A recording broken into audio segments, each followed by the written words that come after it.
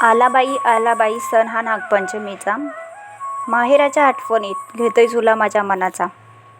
किती साऱ्या आठवणी सांगू बाई माझ्या माहेराच्या. नागोबाच्या मंदिरी नैवेद्य दाखवाय रांगा लागायच्या. हुंदडायचं जत्रेत नटून थटून साऱ्या मैत्रिणी. झुल्यामध्ये बसून वाजवायचो ती पिपाणी.